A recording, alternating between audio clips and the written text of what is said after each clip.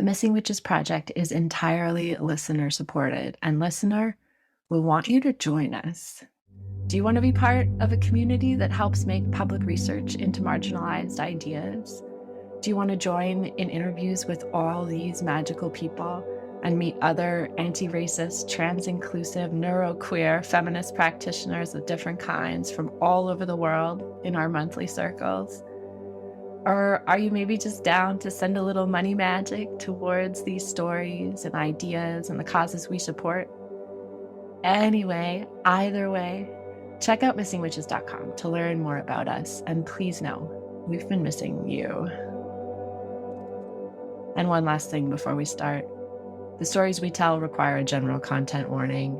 It's just a fact of this terrain of interrogating what is missing. We promise to hold those moments with care. You aren't being a proper woman, therefore you must be a witch. You must be a witch. Hello. Hi. And welcome to another episode of the Missing Witches podcast. I'm so thrilled and excited to be sitting down with Sarah Lyons today, a writer, an activist, and in your bio, you also say an occultist and a witch. Mm-hmm. So I have questions. Okay. But first, can you introduce yourself to our listeners who might not be aware of your work? Sure. So my name is Sarah Lyons. I use she, her pronouns. I am a Leo sun, Scorpio moon, Sagittarius rising. And yeah, I am a writer, a witch, an occultist. I live in New York City. And I'm also a filmmaker and working at this like kind of next, we can get into that later maybe, but that's like another thing that I'm working on right now. Yeah, I've been featured in numerous publications, Vice, Teen Vogue, Bust. The most recent piece that I wrote was for Bust on the history of witchcraft and abortion providers. And my first book, Revolutionary Witchcraft, A Guide to Magical Activism, came out in 2019 from Running Press Books. And my second book from Running Press Books, How to Study Magic, comes out later this year. So I'm really excited about it, and I'm really excited to dive in. Yeah, I'm so excited about both of your books. Obviously, you know, Revolutionary Witchcraft is right up our alley. We will get into that, of course, too. Yeah. But I also love How to Study Magic because it is a primer, and I loved it. I would definitely recommend it to anyone who's looking to. I know our listeners are probably already deep, but there's something in there for you too. Or if you want to give it to somebody who's like thinking about testing the water, this is such a great book. And again, we'll get into all the reasons why. I definitely wrote it to be like the answer to the question for seasoned practitioners of like, when people ask you, how do you get into this stuff? You can just be like, here's how you can get into this stuff. But also for the people who want to get into this stuff, right? So it's kind of twofold in that way. Well, you gave me the next question. How did you get into this stuff? Yeah, I think so. That's the thing is like that question is like when people ask like, oh, how do I practice magic? Like, how do I study magic? It's always like, well, go like do some drugs and live in the forest and then read 100 books and then like fuck around. Like it's this really like, it's always very personal, right? Like everyone gets into this stuff their own way. And there's not really one size fits all about how to study magic and then how to practice it. Right. And so I kind of wanted to write, like when I wrote this, I was trying to look at it from sort of a different perspective than I think a lot of one-on-one books do. But to answer the question about how I got into it, I like don't remember a time where I wasn't into magic. Like when I was very, very young, I was really obsessed with mythology and history and folklore and stuff. And it was always like I would be reading about like, you know, ancient peoples and ancient mythology, and it'd be like, wow, it's so sad that people don't do this anymore or like believe in this stuff anymore. Like that really sucks. It'd be so nice if people did. And then I remember hearing this like NPR story on Wicca one day in the car with my parents. And it was like, what? Like people do this stuff still? And I remember literally like running upstairs and like booting up the tower on the desktop that we had, the big computer, and like Googling everything that I could or like searching for everything that I could at the time. And I think for a little while, I was like considering myself a Wiccan, but then that sort of fell away. And then I got into I considered myself like just a pagan for a while, like not really a witch. I was like more of like, I called myself like a Kemetic reconstructionist because I was really into like ancient Egypt and stuff. And then I like kind of got back into witchcraft when I was like senior year of college, or sorry, senior year of high school, and then going into college and kind of picking back up these books and restudying stuff like that. And it's just kind of kept growing and evolving. And for me, what I like about magic is that I don't really feel like my practice has ever settled into just one thing. Like it has kept evolving, which I think is good. Like I don't want to be too stagnant. And so I've keep finding reasons to re-fall in love with magic, and it's kind of kept growing over the years. Keep finding reasons to re-fall in love with magic. That could be like the subheading for this podcast for sure. Now, I have a personal answer for this, so I want your most personal answer. What is the difference between an occultist and a witch? Okay, so to me, when I say occultist, I am typically referencing like the quote unquote Western occult tradition. So things revolving around like grimoire magic, more forms of like ceremonial magic, and like ritualized kind of magic like that witchcraft does pull on, like the kind of like typical capital W witchcraft really pulls on. But I think that when we talk about witchcraft today, it's so broad that it kind of almost warrants a distinction, I think, between an occultist and a witch, because you can be both and some take from each other, but there is a Venn diagram, but there's a lot of people who find themselves purely on like one side or the other of that Venn diagram. So it's like, I guess to me, occultism, I don't really view witchcraft as like my religion, right? Like I view it as a practice. And I think part of how I individualize my witchcraft practice is based on personal circumstances and the landscape that I find myself in. Whereas, and I think occultism, it is influenced by landscape and by time and this kind of stuff, but it is a little bit more rigid, and it's got like kind of more formal rituals and ideas and stuff like that around like when you're supposed to summon these things or how you're supposed to do it and that kind of stuff. And so that's kind of a little bit of my distinction. Yeah, it makes perfect sense to me. So listeners, if you're curious about that distinction, then I think we nailed it. Before we go too much further, I did choose a reading, which you have generously agreed to read. The Just Go For It section, I thought, it's just an amazing opening of a gate. It's such a wonderful opening of a portal. It's page 165. If you're looking. Thank you. Okay. I just opened the portal. I'm going to mute my microphone, open the portal. Okay. My goal with this book was to demystify the mystical and make magic accessible for you to get started. But I understand that you still might feel overwhelmed, maybe even more so than before. People don't want to be rude, fake, or reckless by doing the quote unquote wrong thing most of the time. And I think this is a good impulse. It's good to have respect for magic and those who have been practicing it for a long time. It's smart to want safety and security while doing some pretty spooky things. All that said, though, at a certain point, you have to put your books down and just do magic. When I first started teaching myself how to cook, I was very precise with measurements, ingredients, and time. I followed instruction videos to the letter, and if I didn't have an ingredient on hand, I didn't make the thing. At the time, this was probably the right thing to do. I had no idea how to cook, and I was still getting the hang of it. Now, I usually look at a picture of a meal and can figure out how to make it. If I'm really stuck, maybe I look at the ingredients lists. The lesson here is that you get better at stuff you actually do. Imagine if I had just read cookbooks and never tried a recipe out. I'd still be heating up frozen dinners every night and calling it cooking.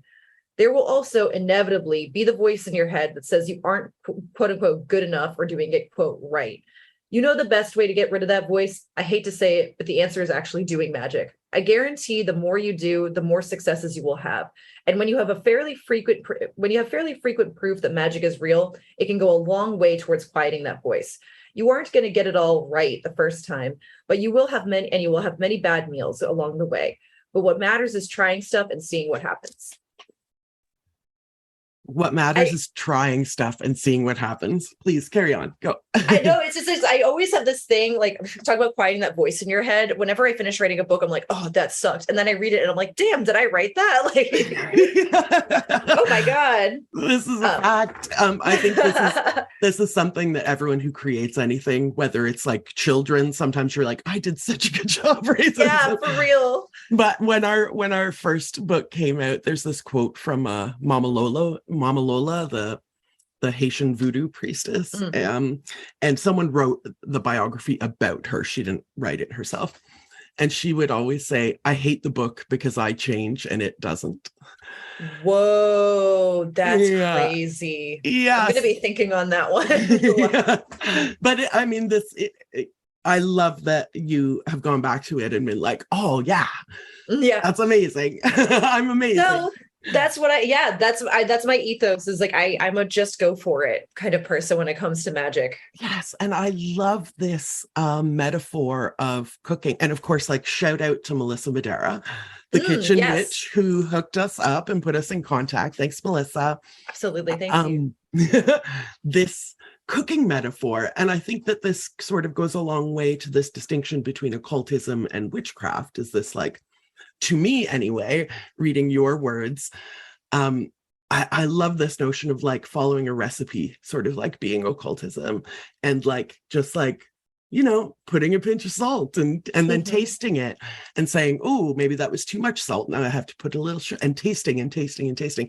That's sort of more like witchcraft to me.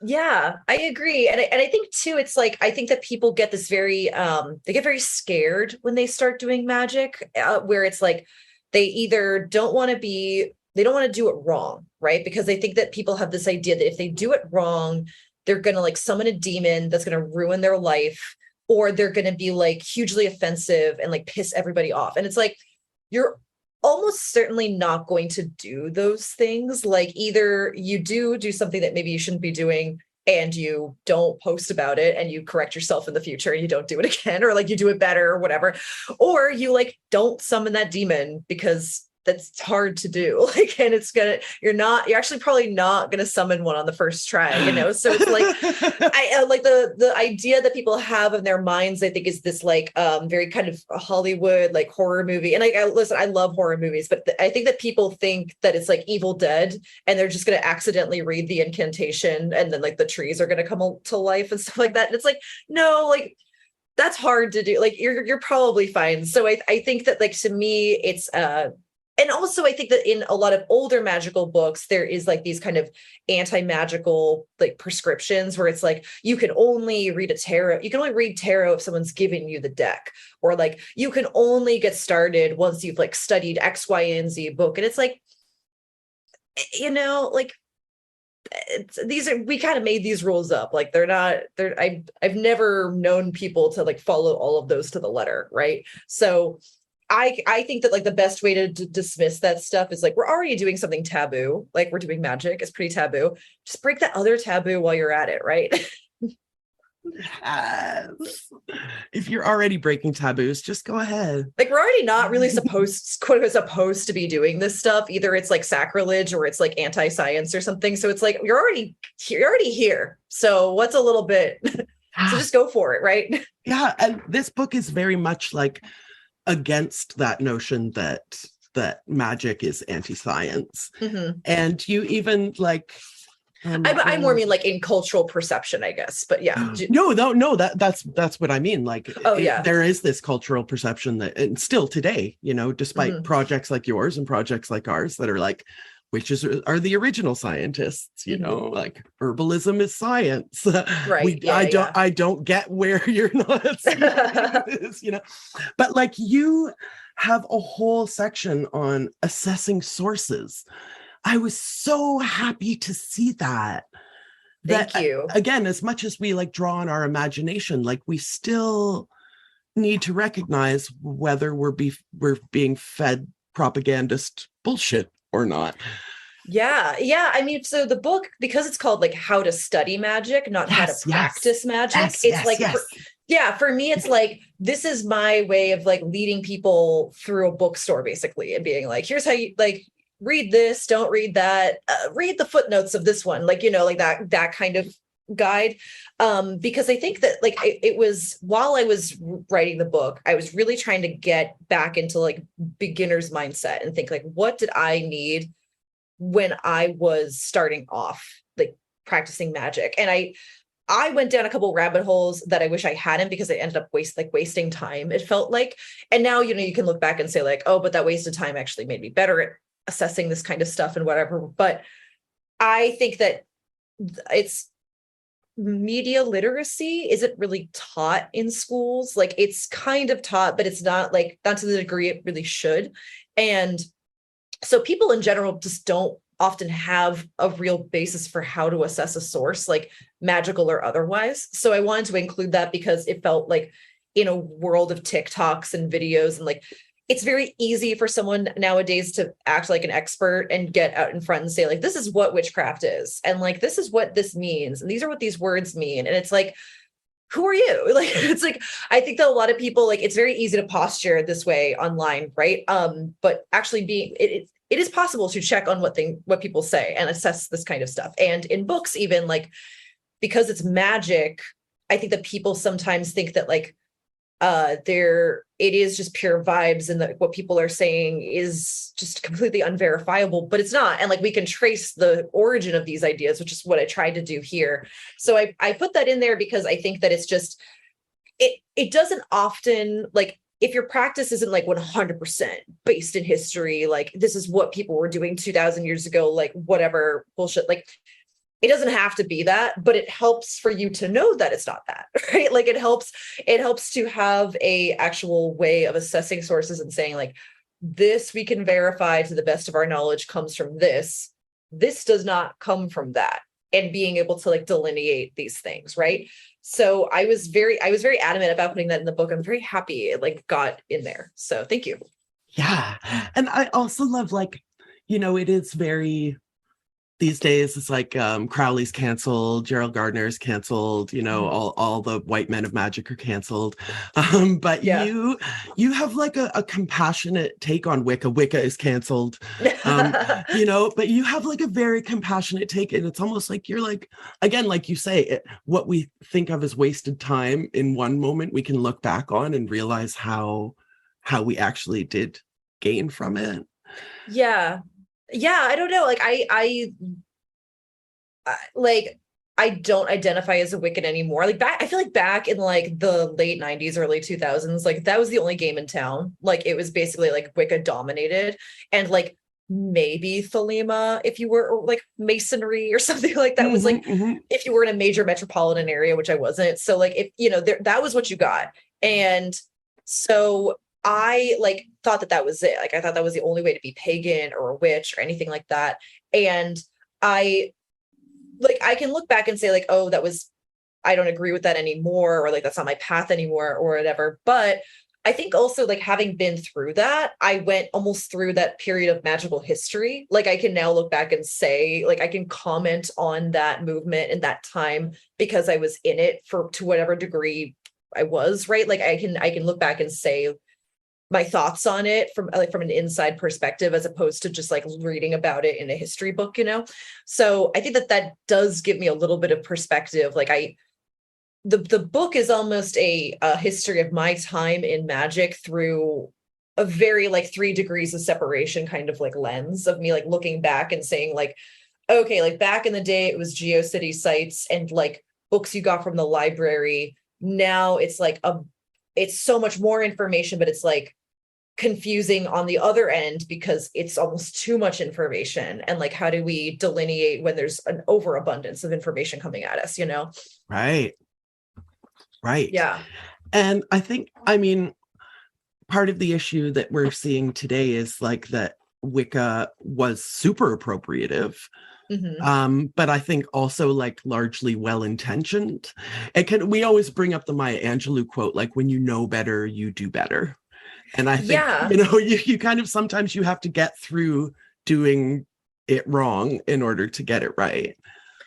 Yeah. I think I really held, I guess like what I was trying to do with the book is like, I I didn't want to like trash talk any traditions. Like I think the only time I ever like trash talk in the book is when I'm talking about like actual white supremacists and like neo-Nazis and stuff like that. Like I think that is when I kind of like throw some words around. But when I'm talking about like Thelema or Wicca or things that have like controversy, let's say, I think that to me, I could say a lot of like mean things, quite frankly, about Wicca.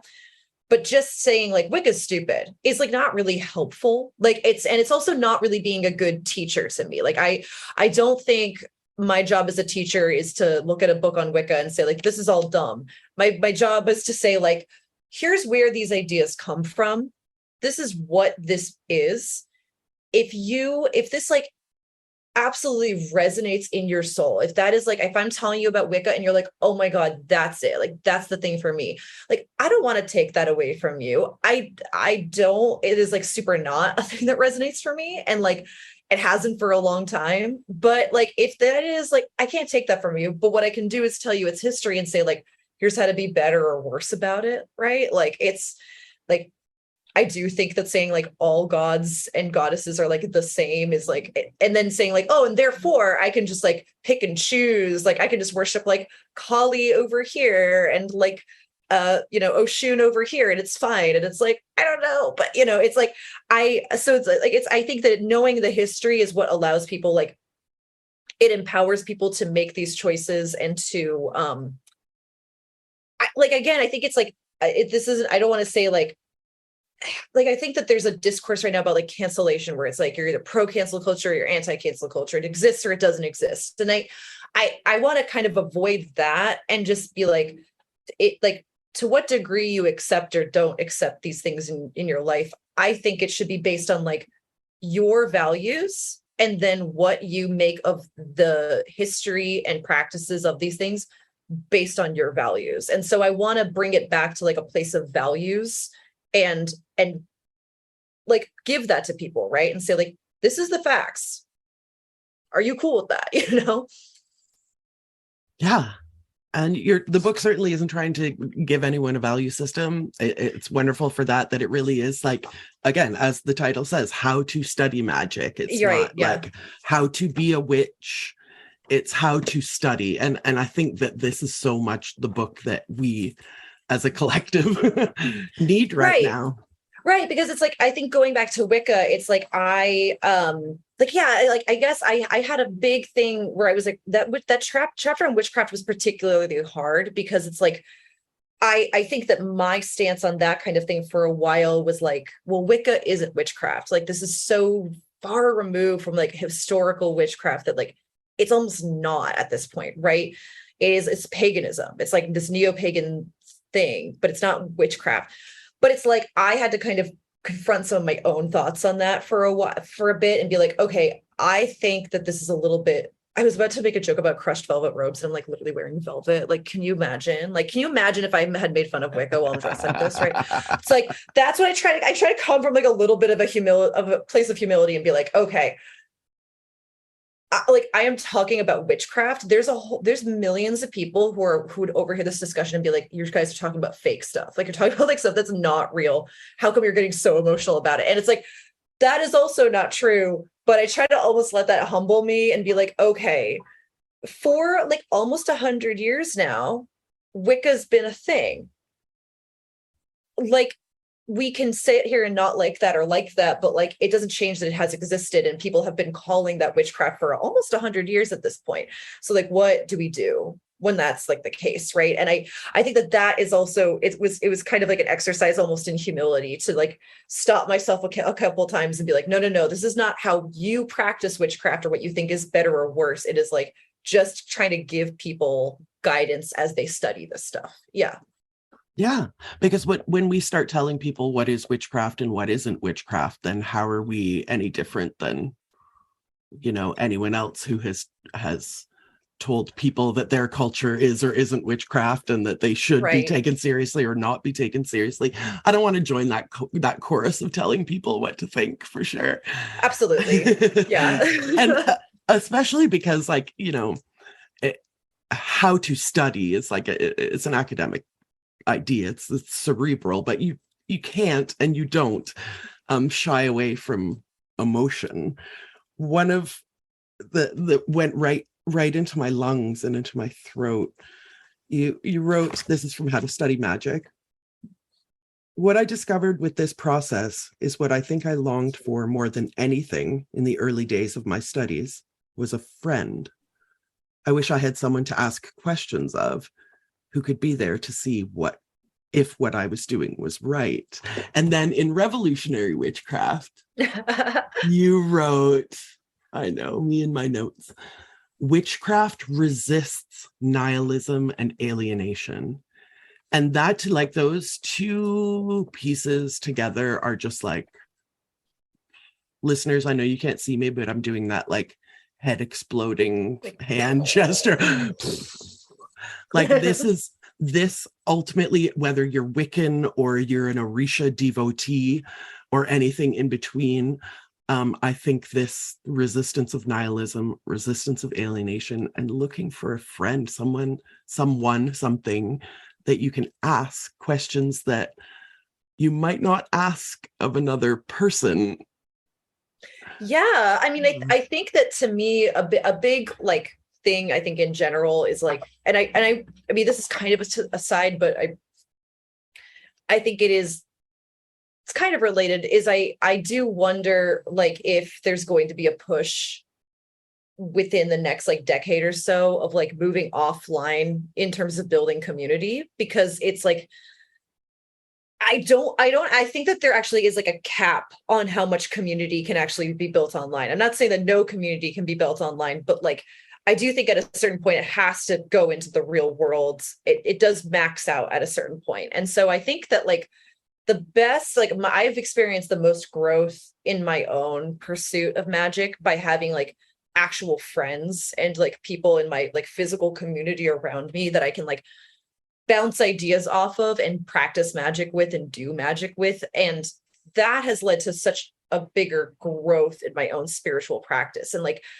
I think to whatever degree people are able to either move somewhere where they're able to do that or foster it within their own community, I think that like it's always helpful to have that. And if not, like finding it online with people where you can chat and talk about this kind of stuff is like so helpful, because if you're just sitting down and it's like in your own head, you second guess yourself or you doubt yourself or you think like, I'm not doing this right, or you get like some stuff you want to do with other people. Like it's fun to do magic with other people, right? And so I think that like in both cases, I hope that the books serve to like foster that type of community and like almost can be like workbooks that people can use together and do that kind of stuff with. Because I mean, I have spells and magic and rituals in like both books, but in this one in particular, I tried to give people like at the end of every chapter a piece of that tradition or that path of magic that people can do.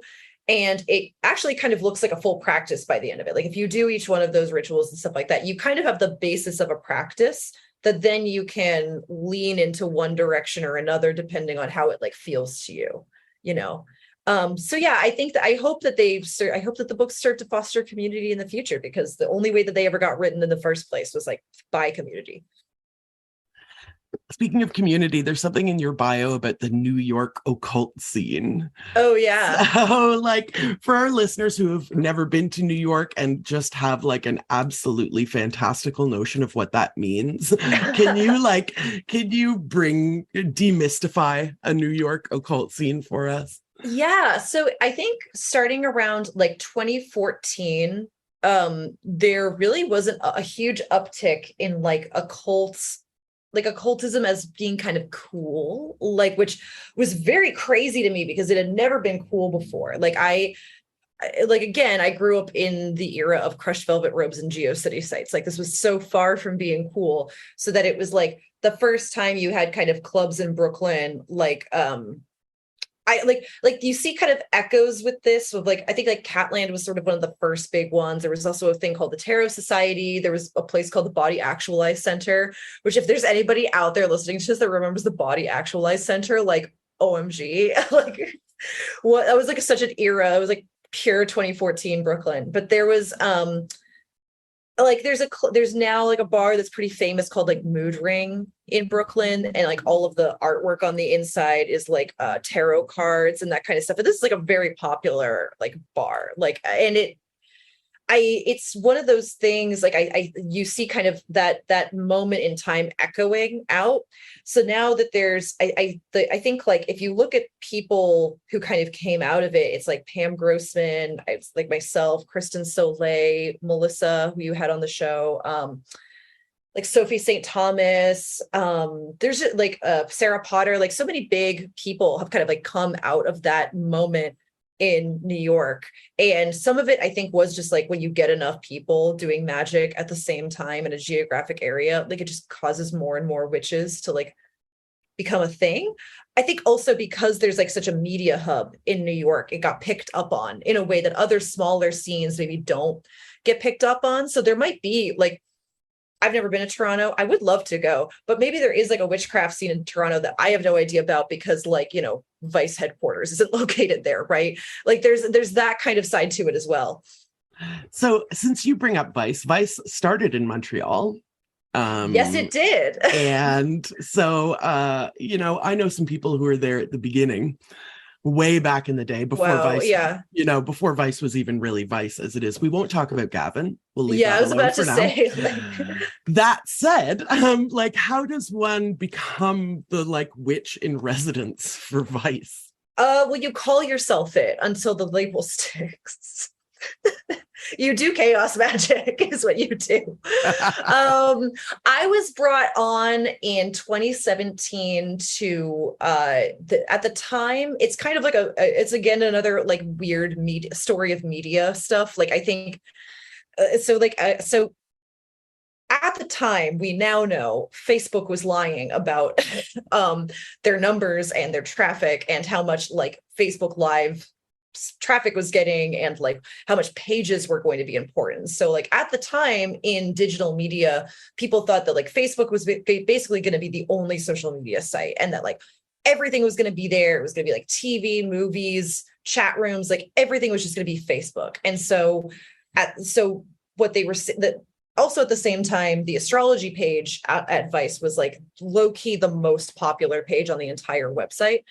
So I was brought on at the time because of some writing I had done for them before. And they basically wanted me to test run what a witchy Facebook page would look like.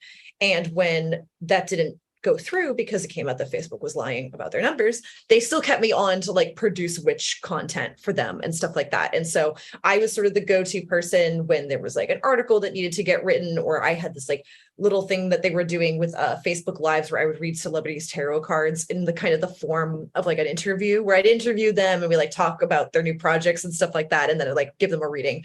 And that was my main thing for like a year and a half. And it's like a very weird time in my life, but I've never actually, I don't know if I've ever actually really told the story of that. So this is a real exclusive. So you can hear I'm still in New York because you can hear the sirens outside of my apartment. It's the city, baby. Thanks for that. Exclusive. Oh, yeah. Carry on. Yeah, that's why the exclusive story. Chaos is a ladder, as they say, and Vice is a very chaotic media organization. Let's just say that. So I think I was able to kind of use that to my advantage in my time that I was there. And I recommend everyone involved in digital media do the same. Yeah. I mean, we talk about, the physical community. And last time I was in Brooklyn, I actually had a meal with, one of my online coven mates and a coffee with another one of my online coven mates. And it really, as madly in love as I am with my online coven, there was something about sitting down and taking a meal with a person, sitting across from them face to face we didn't do ceremonial magic or anything, but like, just doing the LBRP before the check gets there. but in our broad witchcraft way, I mean, taking a meal together is ceremonial magic. Absolutely. Right? Yeah, there's so many cool New York witches that I wanted to hang out with that were in town. Kristen Soleil is one of them. She's Oh so yeah, effing badass. she's so cool. She's so sweet. Yeah. Super cool and super sweet. I want to dive into revolutionary witchcraft a little bit more because of this notion. I want to read something that Margot Adler, and again, she's been problematized. It's fine. Something that Margot Adler wrote that we can't argue with, which is the following. Feminist witches have stated that witchcraft is not incompatible with politics, and further, that the craft is a religion historically conceived in rebellion and can therefore be true to its nature only, emphasis mine, only when it continues its ancient fight against oppression.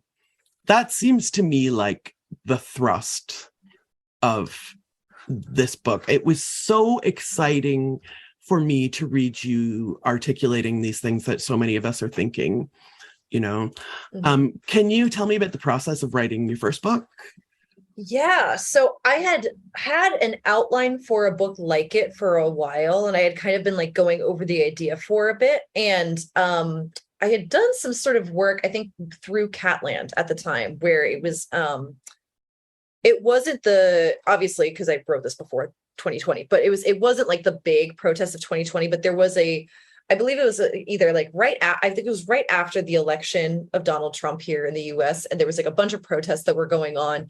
The and pussy hat phase. Mm-hmm. That kind of phase. It is. So I think that there was a lot of that kind of thing going on. And I had written some like tips about that and like some thoughts about that for Catland, like through their website and their Instagram. And Running Press saw it and was like, we actually want to write a book like this. Like, would you want to write that book? And I was like, absolutely. And so we worked on it for a bit with my editor, Shannon Fabricant, who I love and who also worked on this book with. And so it was kind of right place, right time, which I guess is the other bit of advice I'd give to anybody with creative, like, have your outline for your ideas so that when the person that is like, I want to make your thing comes along, you can be like, excellent, like, and just like have it there. I love it. Because and then do magic to make that person come to you. I wrote that in 2019 and then the world kind of ended. So I'm sorry for that. It was a very it felt really weird because we did this at my book launch. We did this like ritual to like end the old world and like birth in a new world. And way to go. You were actually apologizing. So now I'm going to do a launch for this book. And I'm like, what's the least scary thing that I can do? Like, what's the least likely to cause a plague that I can do? And here you were like, it's not as easy to conjure a demon as I know. Well, I have some experience, so it wasn't my first time out the gate, but anyway, sorry for that. But I don't know. I think I wrote the book like kind of for a moment in time. Like it is sort of the Trump era, I guess. But I think that I tried to write it with a view of it being somewhat evergreen and hopefully helpful to people, not just within the US, but outside the US, and also not just at that time period as well. And for me, the way to do that was like, there are other books about magic and political activism where they cite actual moments in history of like people using like literal magicians using literal magic to cause literal political change, like the Haitian Revolution or Operation Sea Lion and this kind of stuff. And I think that those are all amazing and cool, but I kind of wanted to show people that these things are not at all separate. And so that's why I chose to use things that are in history books and people don't talk about them as magical events, but like we, using the paradigm of magic, can understand them that way. And like using that framework can kind of like, I'm going to use an overused word, but like kind of see that praxis at work there. And so, and kind of adopt it for ourselves. So that's why I use things like, like ACT UP and the Zapatistas and that kind of thing. So so that's what I kind of used there. Yes. There's a quote in the book. And again, this is Revolutionary Witchcraft. We're talking about 2 books here, so just go and buy them both. If you don't know which book we're talking about, get them both. You wrote, it's like making a pact between yourself and the spirit of the earth that you're going to continue fighting for it and looking at the bad parts of it, even when that's deeply uncomfortable. I like this idea of making a pact, that's what witchcraft is, or what activism is. We say that all the time. Like, what witches and activists have in common is that we think we can change the world. Mm-hmm. And I love this idea of making a pact. And that's something that anyone can go in your yard, on your balcony, you know, as you hear the sirens going by, you know, whether you're in the Midwest or in New York City, that's something that you can do, is like go somewhere to something or someone and make a pact of protection. I fucking love that. Speaking of resonance, like, thank you. Yeah, it made me want to like go around and, you know, I hug the trees in my. I love hugging trees. It is legitimately extremely soothing, like to hug a tree. Oh, absolutely. And we had one guest who reminded us that they know that you are hugging them. It's not just for you. It's for them. They do know you're hugging them. But now I want to like go and like vocalize, you know, I want to be like, I swear to protect you.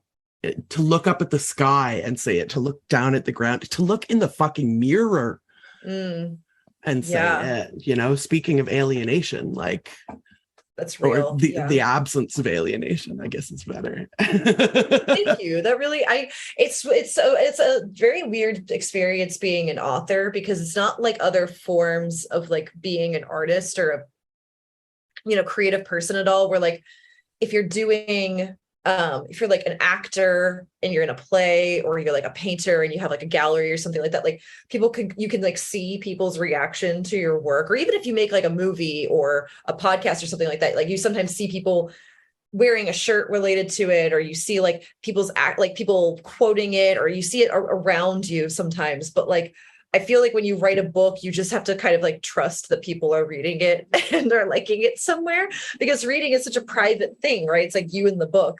And so you don't really get to see people's reaction. And so it's like, I write this book and I'm like, I sure hoped that helped people. So it's really wonderful to hear that it did. Thank you. Yeah, it's fantastic. It's both of your books, I think, are necessary. I'm going to use that word, essential, what we need right now. Thank you. And again, like right place, right time, you know, you wrote this book and then you launched us into oblivion, but then also gave us the book that's going to be a life preserver for us in that. Thank you. I really hope so. I think the craziest review I ever got for Revolutionary Witchcraft was like when the massive protests were going on in Chile the last couple of years that, like, by the way, worked. Like, I mean, they're mostly working. I mean, they're going to have another constitutional referendum, all that kind of stuff, but they were able to like get a different president in there, which is not like, and like are going to potentially restructure the government, which is like not nothing. But when all of those like riots and everything was happening, I had someone message me being like, I'm reading your book in the riot right now, and it's really helpful. And I'm like, oh my God, like what? It was like so crazy to me. But that was like, I think the most touching review was like, wow, like this is actually like out there in the world. So thank you all so much. Yeah, out there in the world and helping people. You use the term enraged and engaged. I love that, because I think that we sometimes get stuck on enraged and we don't move into engaged. Yeah, I think with both books, something I try to do is break through something that I get often myself as well, but like I think both in like magic and it also like left like organizing spaces, there can be this thing called like analysis paralysis, where you read and analyze, and then at the end of the day you're like, well, it's all hopeless. Like, look, it's like it's over. It's just like, how can we do anything? Because like, well, I can't do this because that helps capitalism, and I can't do this because that would help like sexism, and I can't do this because that's not really effective. And it's like, you think about all these things and it's like, okay, but at the end of the day, you do actually have to like do something. And it's like, we are going, like, we're going to exist in capitalism until we don't. Like, you're going to be engaged in it until you're not. And so it's like, because that's just how economies work. Like, that's like, an economy is an all-consuming like thing over top of society, or like undergirding society, how you want to look at it. And like, it's going to be what undergirds it until it's not anymore. And so you have, like, at a certain point, you have to be like, yes, but like, at the end of the day, I have to live, or I have to live as if I was already dead, and it's already, the die's already been cast. So I have to like do this anyway. Right.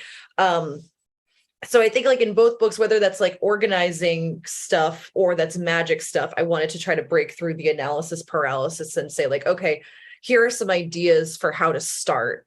And once you start, more stuff is going to, it's going to naturally complicate itself, and it's going to keep building and growing. So, but getting that first step in is, I think, the hardest part for a lot of people. Absolutely. Now, okay, let's imagine that this podcast is a spell.